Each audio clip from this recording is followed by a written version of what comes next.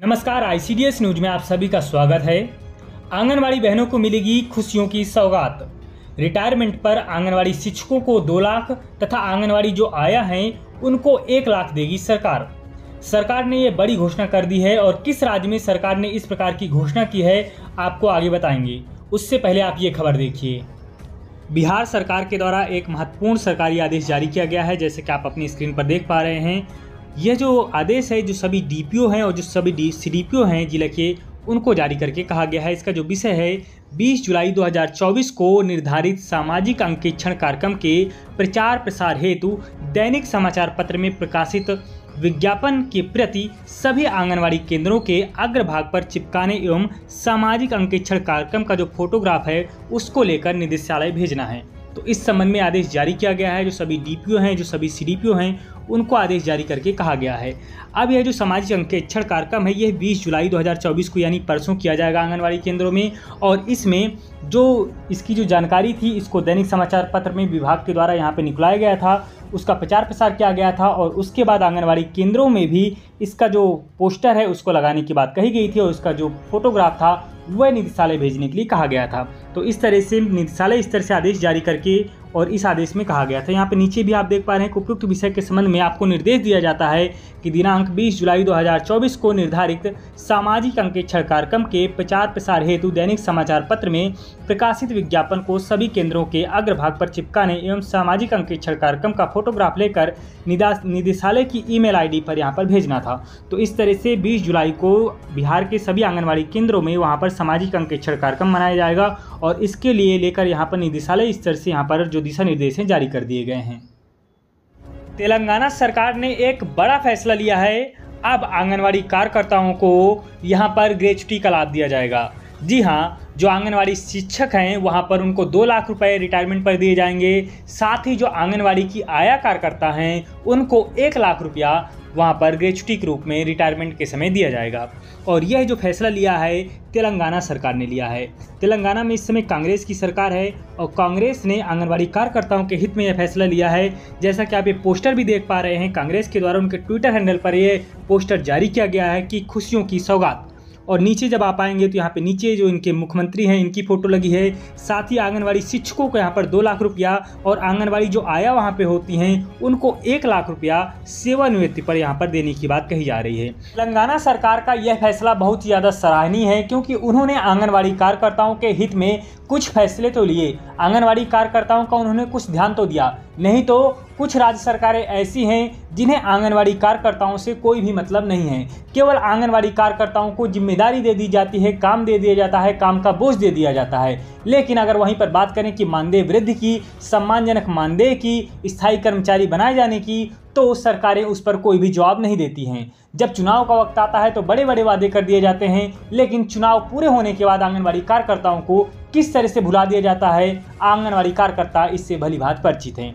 तो इसी को देखते हुए यहाँ पर तेलंगाना सरकार ने एक बड़ा फैसला लिया है कि आंगनवाड़ी कार्यकर्ताओं को ग्रेच्युटी का लाभ दिया जाएगा। इससे पहले भी कुछ राज्य ऐसे हैं जहाँ पर ग्रेच्युटी का लाभ दिया जा रहा है, जिनमें से पश्चिम बंगाल हो गया, मध्य प्रदेश हो गया और भी राज्य हैं जहाँ पर आंगनवाड़ी कार्यकर्ताओं को ग्रेच्युटी का लाभ सरकारें दे रही हैं। उत्तर प्रदेश में भी आंगनवाड़ी कार्यकर्ताओं ने ग्रेच्युटी भुगतान के लिए यहाँ पर कोर्ट में जो याचिका है दायर की थी और आंगनवाड़ी कार्यकर्ताओं को इसमें अभी जीत भी मिली है और सुप्रीम कोर्ट ने कहा है कि जल्द से जल्द आंगनवाड़ी कार्यकर्ताओं को ग्रेच्युटी का भुगतान किया जाए। तो और बिहार में अगर देखा जाए तो बिहार में आंगनवाड़ी कार्यकर्ताएं लगातार इसके लिए संघर्ष कर रही हैं कि उनको रिटायरमेंट के समय एकमुश्त धनराशि दी जाए, ग्रेच्युटी का लाभ दिया जाए, लेकिन बिहार सरकार के द्वारा अभी इस पर कोई भी जवाब नहीं दिया गया है। उत्तर प्रदेश में आंगनवाड़ी केंद्रों को लेकर एक महत्वपूर्ण आदेश जारी किया गया है। आपको बता दें कि उत्तर प्रदेश में आंगनवाड़ी केंद्रों में ECCE यानी कि शाला पूर्व शिक्षा के अंतर्गत PTM का आयोजन किया जाएगा। यह PTM क्या है तो आपको बता दें कि पेरेंट्स टीचर जो मीटिंग है इसी को ही PTM नाम दिया गया है। आंगनवाड़ी जो कार्यकर्ता होंगी वह PTM का आयोजन करेंगी और जो अभिभावक होंगे उनको बताएंगी। यहाँ पर आप आदेश देख पा रहे हैं कि जो जिला कार्यक्रम अधिकारी हैं लखीमपुर खीरी, उनके द्वारा ये आदेश जारी किया गया है और ये समस्त जो डीपीओ हैं, समस्त सीडीपीओ हैं, उनको आदेश जारी करके कहा गया है। इसका जो विषय है कि 16 जुलाई यानी कि 16 जुलाई निकल चुकी है, लेकिन इसमें जो चीज़ हम आपको बताने जा रहे हैं वह चीज़ बताने के लिए इस आदेश को दिखाना पड़ रहा है कि 16 जुलाई को आंगनबाड़ी केंद्रों में ECCE शाला पूर्व शिक्षा गतिविधियों के अंतर्गत PTM का आयोजन कराए जाने के संबंध में, यानी कि जो प्रत्येक माह का जो तीसरा मंगलवार होगा, आप यहाँ पे देख पा रहे हैं कि प्रत्येक माह के तीसरे मंगलवार को प्रत्येक आंगनवाड़ी केंद्र में पंजीकृत बच्चों के जो अभिभावक हैं उनके साथ आंगनवाड़ी कार्यकर्ता पीटीएम पेरेंट्स टीचर मीटिंग का आयोजन करेंगी। जैसे कि आप सभी लोग जानते हैं कि जो प्राइवेट स्कूल होते हैं उसमें जो शिक्षक होते हैं और जो अभिभावक होते हैं उनके बीच में पेरेंट्स टीचर मीटिंग की जाती है। तो इसी को देखते हुए अब ईसीसी यानी कि शाला पूर्व शिक्षा के अंतर्गत आंगनवाड़ी केंद्रों में भी इसको लागू करने की बात कही जा रही है और ऐसा कहा जा रहा है कि प्रत्येक माह का जो तीसरा मंगलवार होगा उसमें आंगनवाड़ी केंद्रों में जो ये व्यवस्था की जाएगी और आंगनवाड़ी जो कार्यकर्तियाँ होंगी वह जो बच्चों के अभिभावक होंगे उनको बुलाकर जो बच्चों के बारे में यहाँ पर उनको बताएंगे कि किस तरह से उनके बच्चे का मानसिक एवं शारीरिक विकास हो रहा है। यहाँ पर आप नीचे देख पा रहे हैं कि अतः उक्त क्रम के दिनांक 16 जुलाई प्रत्येक आंगनवाड़ी केंद्र का पंजीकृत शाला पूर्व बच्चों के अभिभावकों के साथ पीटीएम का आयोजन सफलतापूर्वक कराया जाए। साथ ही साथ बाल विकास परियोजना अधिकारी एवं संबंधित मुख्य सेविका यह सुनिश्चित करें कि प्रत्येक आंगनवाड़ी केंद्र पर उक्त कार्यक्रम का सफलतापूर्वक आयोजन किया गया है, जिसकी सूचना आप द्वारा विभागीय व्हाट्सएप ग्रुप में प्री प्राइमरी ग्रुप में अनिवार्य रूप से दी जाए।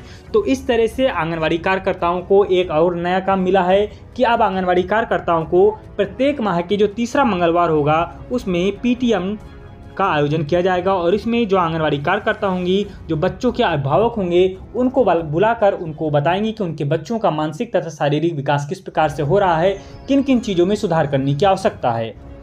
उत्तराखंड के पिथौरागढ़ में आंगनवाड़ी कार्यकर्ताओं ने राज्य कर्मचारी घोषित किए जाने, साथ ही मानदेय वृद्धि के सहित 7 सूत्री मांगों को लेकर प्रदर्शन किया। जैसे कि आप यहां पे देख पा रहे हैं, अमर उजाला की एक खबर है कि पिथौरागढ़ न्यूज मांगों को लेकर आंगनवाड़ी कार्यकर्ताओं ने किया प्रदर्शन। आप यह तस्वीर देख पा रहे हैं कि किस तरह से पिथौरागढ़ में कलेक्ट्रेट परिसर में प्रदर्शन करती है आंगनवाड़ी कार्यकर्ता। तो इस तरह से आंगनवाड़ी कार्यकर्ताओं के द्वारा वहां पर प्रदर्शन किया गया और अपनी मांगों को कलेक्ट्रेट में रखा गया। पिथौरागढ़ राज्य कर्मचारी घोषित करने, मासिक मानदेय 21,000 रुपये करने समेत 7 सूत्री मांगों को लेकर आंगनवाड़ी कार्यकर्ताओं ने प्रदर्शन किया।